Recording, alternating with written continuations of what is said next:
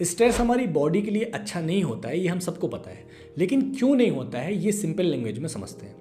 देखिए, जब हम लोग पुराने समय में रहते थे, जंगलों में रहते थे, तो उस समय हमारी ज़िंदगी में दो टाइप के स्ट्रेस थे। पहला होता था आपका काम, आपको खाने की व्यवस्था करनी है, आपका घर वर देखना है, बच्चों को देखना है, बेसिक काम। आपकी बॉडी में स्ट्रेस आया कि ये करना है, आपने किया, स्ट्रेस खत्म हो गया, लाइफ सही हो गई, ठीक है।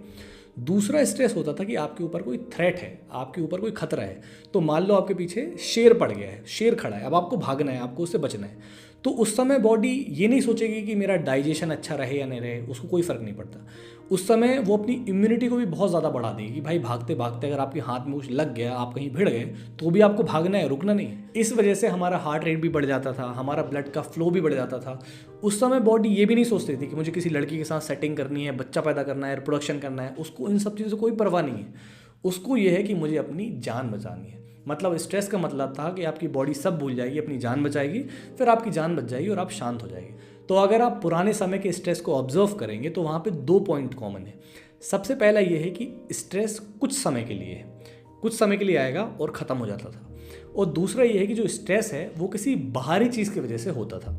मतलब शेर आपके पीछे पड़ गया है, बाहर का काम है, तो स्ट्रेस जो था वो फिजिकल चीज़ की वजह से था, बाहरी चीज़ों की वजह से था और कुछ समय के लिए रहता था। लेकिन अभी जो हमारी मॉडर्न लाइफ स्टाइल है, हम इंसान ऐसे हो गए कि अब हमें इमेजिनेशन में ही स्ट्रेस है। पहली चीज़ बाहरी चीज़ की वजह से नहीं हो सकता कि बाहर आपकी लाइफ ठीक चल रही है, आप इमेजिनेशन में ही स्ट्रेस हो।